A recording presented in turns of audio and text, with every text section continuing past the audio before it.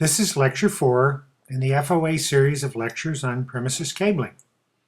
In this lecture, we're going to talk about the different types of cable used in premises cabling systems.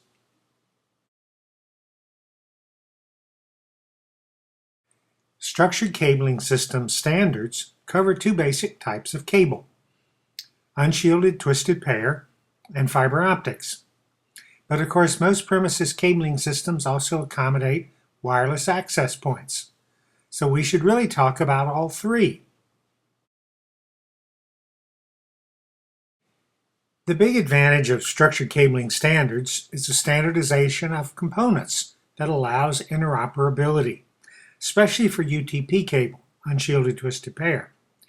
Standards cover the designs of connectors and jacks, cables, punch downs, and the cable itself, all specified in performance grades, from the original Category 3 of 20 years ago to augmented Category 6 that's now available.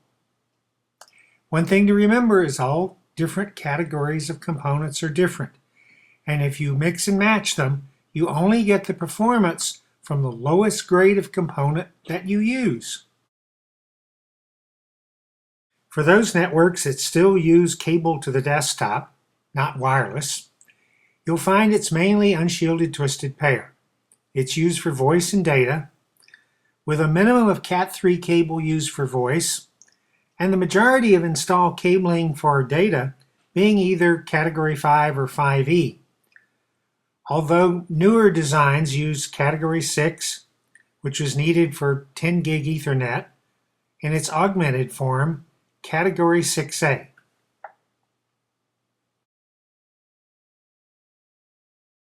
Structured cabling standards cover both the cable and the interconnection components. The cable on the left, you can see, has 4 pairs, all with the pairs twisted at different rates, and a separator in the center, all designed to minimize the crosstalk between the pairs. The plug and jack, shown on the right, have to be purchased with a performance grade of the same as the cable you're using, because jacks for Category 3, 5, 5E, 6, and 6A can all be different to meet the performance requirements. The punch-down block on the lower left side is a 66 block, primarily used in older voice systems, and the one on the right is a 110 block, which was more used in data, and is usually the interconnection used on the back of patch panels. Twisted pair cables get their high performance from what's called balanced pair transmission. This means that equal but opposite signals are transmitted along each wire of the pair, so that the equal but opposite polarity cancels the noise emissions. In order to get higher frequency signals, the signals are also encoded like modems for higher bit rates, and multiple pairs are used. For example, from 1000 base T up, all 4 pairs are used to transmit part of the signal that's being transmitted.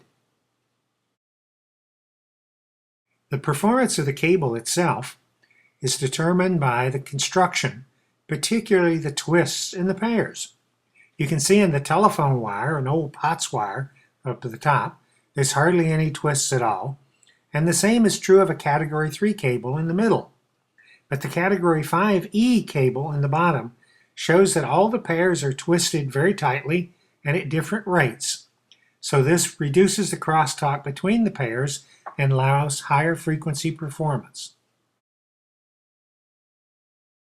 In a typical category-rated UTP cable design, you'll find that all 4 pairs are color-coded: blue, orange, green, and brown, and each pair has a solid wire and a striped wire.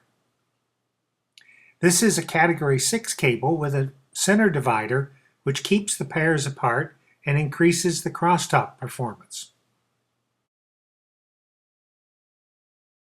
Some cabling trivia. What is typically referred to as tip and ring on the 2 wires, where tip is the wire with a stripe and ring is a solid wire, refers to the way that the wires were originally connected to the classic 1/4-inch phone jack. The tip of the plug had the wire with a stripe, and the ring behind that, the second contact, had the solid wire. And that's why we call them tip and ring.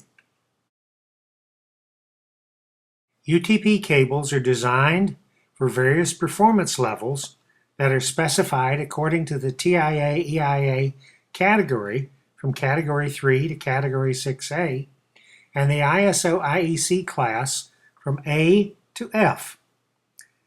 The Class F in the ISO specification is what some U.S. manufacturers call Category 7, but until now, Category 7 has not been standardized by the TIA Standards Committee. Up to 100 megabits per second, Ethernet networks could operate using only 2 of the 4 pairs in the cable. But several specialized 100 megabit Ethernet systems were developed using all 4 pairs, and although they never became popular, they provided the base for developing gigabit Ethernet and 10 gigabit Ethernet that actually use all 4 pairs of the cable, transmitting bidirectionally simultaneously. Even types of systems not designed to operate on unshielded twisted pair can be adapted. For example, systems that run on coax can use a balun to convert balanced to unbalanced transmission and transmit it over pairs on the UTP cable. Other systems like token ring or closed circuit TV can be converted using specialized devices. Fiber can even be converted, of course, using media converters.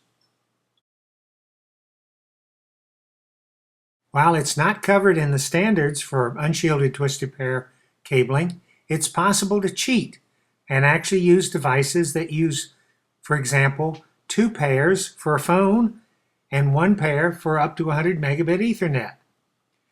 Devices like this have been used for 2 landlines, 2 phone lines, and it works well until you get up to gigabit Ethernet, which uses all 4 pairs.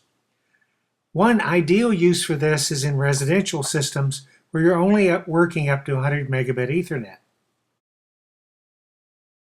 Fiber optics is also widely used in premises cabling systems and is included in structured cabling standards. It's used in the majority of large LAN backbones, and it's used in areas like campuses where its longer length capability allows direct links without repeaters. High bandwidth systems, for example, in gigabit Ethernet and 10 gig Ethernet for data centers, and industrial applications for electrical isolation and ground loop elimination, in areas where it has no electromagnetic interference that can bother other systems, or where smaller and lighter cablers are needed. A fiber optic structured cabling system can even be less expensive if it's properly designed using centralized cabling techniques. Structured cabling standards recognize both multi-mode and single-mode fiber. For multi-mode fiber, the older 62.5 125, so-called OM1 fiber, is becoming obsolete, and 50 125 OM2 or laser-optimized OM3 and OM4 fiber is more widely used. Single-mode fiber is only used in backbones, mostly on campuses where its longer distance capability makes it a better choice.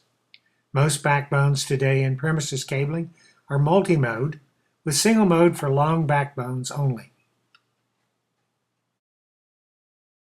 Fiber optic data links take an electrical signal, convert it to an optical signal using an LED or laser, which it then transmits through the fiber optic cable plant. At the far end, a receiver, which has a detector, a photodiode, converts the signal back to an electrical signal, and signal conditioning then transmits it out as an electrical signal to the communication system for which the link is connected.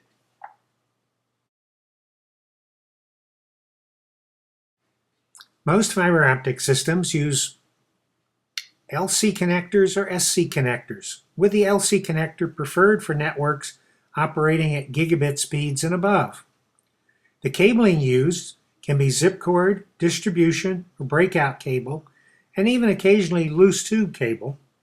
But every type of cable used in premises applications must be rated for flame retardance for use indoors. The electronics used for fiber optics vary from simple gadgets like this wall outlet that is a fiber optic hub, or switches and routers that are rack mounted and have direct fiber optic ports. Wireless has become the connection method of choice for all the users of laptops, tablets, and smartphones because they want mobility.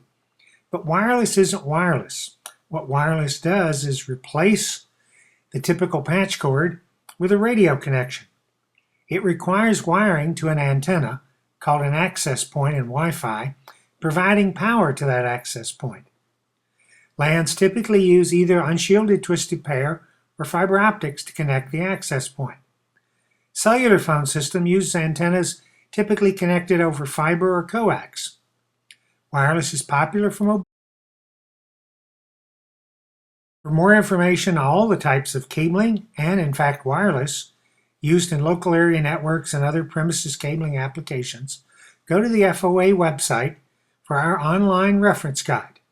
Go to www.thefoa.org.